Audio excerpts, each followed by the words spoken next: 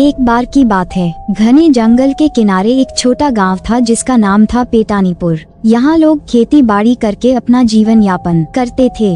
गांव के पास ही एक घना और डरावना जंगल था, जिसके बारे में कहा जाता था कि वहाँ रात होते ही अजीबोगरीब आवाजें आती थीं। गांव के लोग उस जंगल के पास जाने से हमेशा बचते थे, खासकर रात के समय। एक दिन गांव के एक नटखट बच्चे बबलू को जंगल की ओर जाने का मन हुआ। उसकी जिज्ञासा ने उसे मजबूर कर दिया और वो बिना किसी को बताए जंगल की ओर चल पड़ा। चलते चलते बबलू को एक छोटी गुफा दिखाई दी, जिसके बाहर एक बाघ का बच्चा बैठा था। वह दिखने में बहुत प्यारा और मासूम लग रहा था। बबलू उसकी ओर धीरे धीरे बढ़ा और उससे खेलने लगा। अचानक बाघ के बच्चे की आंखों में एक अजीब सी चमक आई। उसके पास ही एक पुराने पेड़ के नीचे कुछ हलचल हुई। बबलू ने देखा कि पेड़ की जड़ें धीरे धीरे हिलने लगीं। तभी पेड़ के नीचे से एक मोटी और रहस्यमयी परछाई निकली। यह वही पियानी थी जिसके बारे में गांव में किस्से सुनाए जाते थे। पियानी एक पुरानी चुड़ैल थी जो बाघ के बच्चे को अपनी शक्तियों से फंसा कर रखी थी।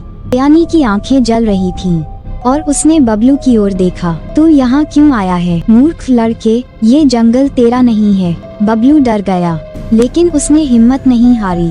उसने बाघ के बच्चे को गोद में उठाया और कहा, मैं इसे बचाने आया हूँ। पियानी हंसी। इसे बचाना इतना आसान नहीं है, लेकिन अगर तू इस पहेली का जवाब दे सका तो तुझे जाने दूंगी।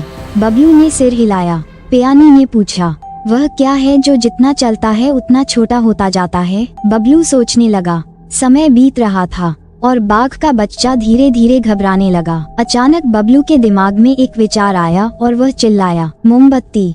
जब ये जलती है तब ये छोटी होती जाती है।